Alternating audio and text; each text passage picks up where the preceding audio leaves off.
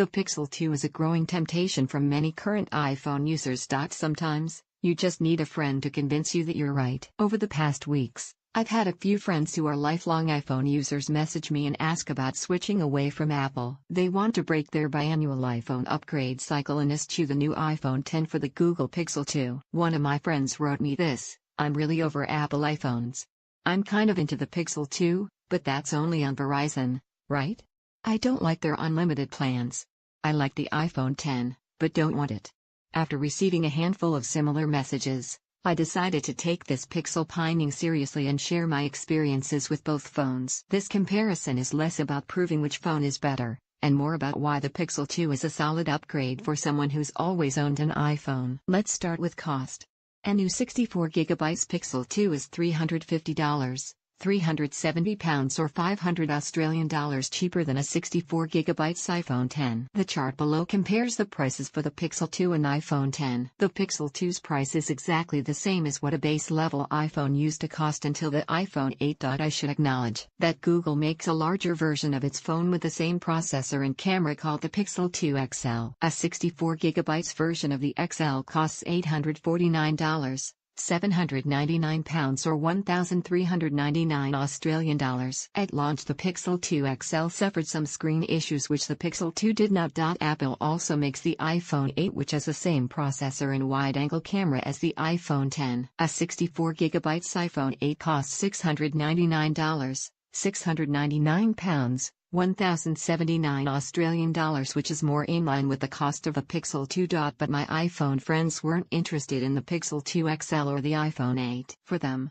it's either the iPhone 10 or the Pixel 2. There seems to be a little confusion over which US networks support the Pixel 2. You can buy and finance an unlocked Pixel 2 from Google and use it on AT&T, T-Mobile, Sprint, Verizon, and Google Project Fi. Some third-party retailers like Best Buy sell and finance unlocked Pixel 2 phones, too. And there's always Verizon, which sells the handset to use only on Verizon. The iPhone 10 can be bought and financed from Apple, third-party retailers and all major carriers. Both phones are nearly identical in size. The iPhone 10 is a hair slimmer and smaller but has a bigger display, 5.8 inches compared to the Pixel 2's 5 inches. The iPhone 10 is heftier, weighing 31 grams. 1.09 ounces more than the Pixel 2. The design of the Pixel 2 is consistent with the way phones have looked for the past 3 to 5 years. On the front, there's a pronounced forehead, chin and bezels. The corners are rounded and there's a rear fingerprint sensor. Despite this dated formula, the phone's fit and finish make it look contemporary, especially the small glass panel on the back that houses the camera. I also love the plastic-clad aluminum texture of the Pixel 2's lower back. It's reassuring and comfortable to hold. I bring this up because I have an unspoken anxiety holding the iPhone 10. I'm so afraid of dropping it. In a CNET drop test, the iPhone 10's glass back cracked on the first drop. But when I hold the Pixel 2, I don't feel that same unease. The iPhone 10 is basically all glass with a stainless steel band that really ties the phone together. It looks like a prop from a futuristic sci-fi movie or a piece of jewelry. The screen, aside from the notch, covers the front and is framed by the tiniest of bezels.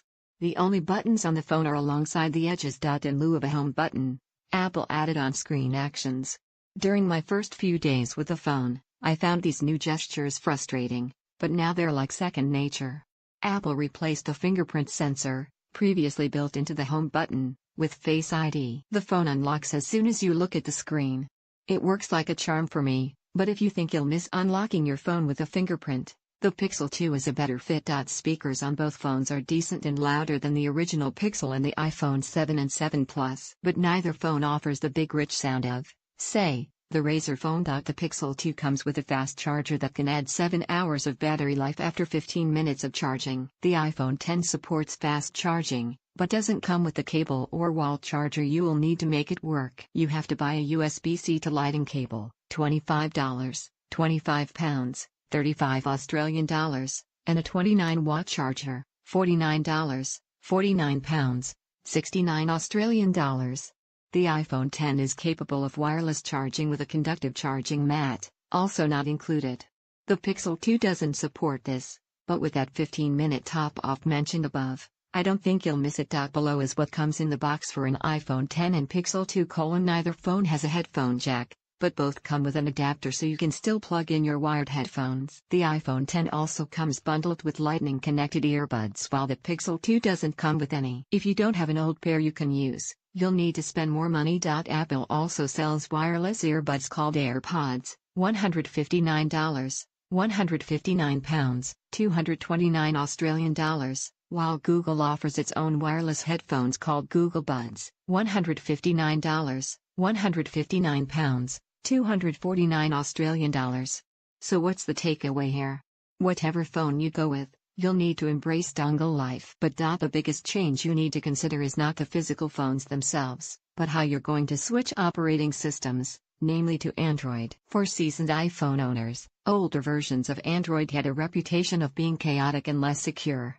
Early Android, depending on the phone, could be a dumpster fire full of bugs, belated updates and bloatware apps from carriers and manufacturers.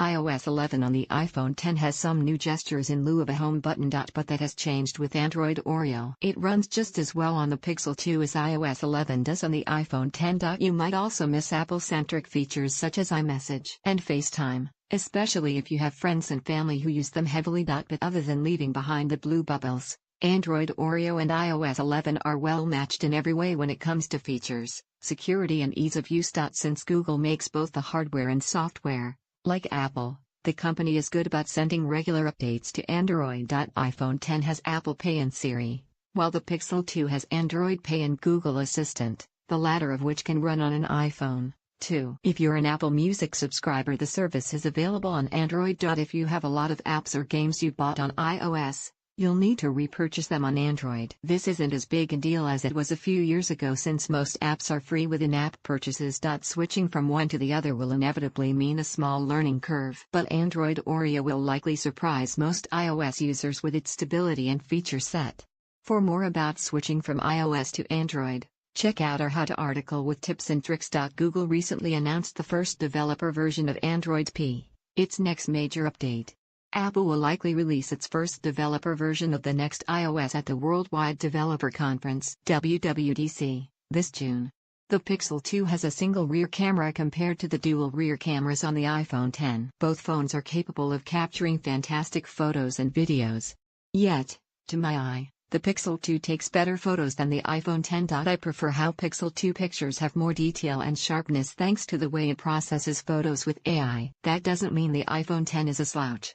It's better at zoomed photos because its second camera has a telephoto lens and allows for 2x optical zoom. Zooming on the Pixel 2 isn't always pretty, but it's better than other digital zooms. Both phones have portrait mode, which gives pictures an artificial shallow depth of field mimicking photos taken with a DSLR camera and a fast lens. The iPhone X creates this effect better. Portraits have a gradual transition between the subject and the background which looks more like a DSLR portrait. Apple also lets you adjust lighting effects after the fact to make a portrait photo really pop. The Pixel 2 separates the background and foreground with a laser-like precision. This can sometimes look a bit artificial or Photoshop-ish, but there is something dramatic about the results, too. Also, the iPhone X takes amazing portrait mode photos of fish. The front-facing camera on each phone also has portrait mode, too. Here, the Pixel 2 bests what the iPhone X can produce in every way. Pixel 2 selfie portraits are just as good as what its rear camera can produce. iPhone X selfie portraits unfortunately don't always nail the background blur effect. As for video, the iPhone X is the king, and offers better image quality and more shooting options.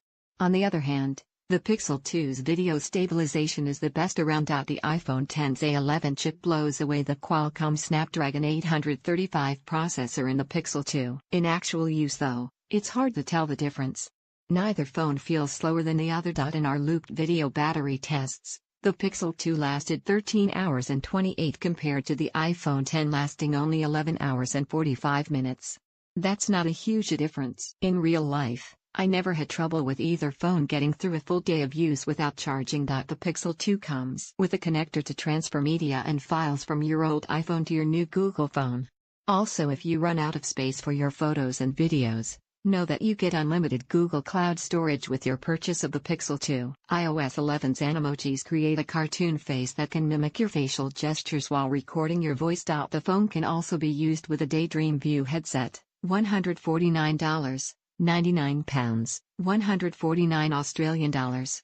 The headset is covered in cloth and has a tiny black mirror-style remote. You can access VR content from YouTube, Netflix, The New York Times, my favorite, and more. Though it's fun to use, I ended up using the Daydream View as much as my slow cooker, a lot for the first few weeks, but hardly at all ever since. Lastly, the Pixel 2 supports AR core apps and features Google Lens software that can overlay information about the world around you using the Camera and Photos app. The iPhone supports iOS R apps and has Face ID, which allows for Animoji messages. Other than that though, it's pretty scant on integrating with AR and VR platforms. Apple Care for the iPhone X costs $200 and provides coverage for 2 years from date of purchase from any kind of damage. Google's Preferred Care costs $129, but lacks the convenience an actual Apple Store provides. While there isn't a Google Store with a Google Genius Bar for fast repair turnarounds, there is a round-the-clock live customer support system in place, which Pixel users can access in settings. Even though my friends are torn between a Pixel 2 and an iPhone X, it's worth acknowledging that an iPhone 8 and Pixel 2 are a better matchup in regards to price and design. The iPhone 8 has a polished take on the same reiterative design used by the iPhone 7, 6S and 6. The insides of the iPhone 8 are pretty much identical to those of the iPhone X. In our battery tests, the iPhone 8 lasted an hour longer than the iPhone X when playing a looped video at half brightness. Both phones have the same wide-angle camera, but the iPhone X also has a second rear camera and Face ID. A Pixel 2 XL has a larger screen at 6 inches compared to the Pixel 2's 5-inch display. The bezels on the 2 XL are notably thinner, giving it a more modern look and feel than its little brother the Pixel 2. On the inside, everything is the same except the battery. The 2 XL has a 3520 mAh battery while the Pixel 2 has a smaller 2700 mAh. It's also worth pointing out that Samsung's newest phones, the Galaxy S9 and S9 Plus, are now out. Both phones have a variable aperture camera promising sharper images with everyday use. But the Pixel 2 still shot better photos in preliminary tests. CNET has extensive coverage of the new phones, but none of my iPhone-owning friends who wanted a Pixel 2 were interested in it. The Pixel 2 and its stock version of Android have a simple and clean mojo that appeals to an iPhone user more than Samsung's add-everything approach. Keep in mind, we're at the halfway point between Apple and Google's last phone launches and their next ones. Apple typically releases a new iPhone in September while Google has launched both of generations of the Pixel in October. But 6 months can be a long way to upgrade your phone. Ultimately this comes down to you. The Pixel 2 is the most iPhone-like phone I've seen on Android. It's a solid choice for someone used to living the Apple life.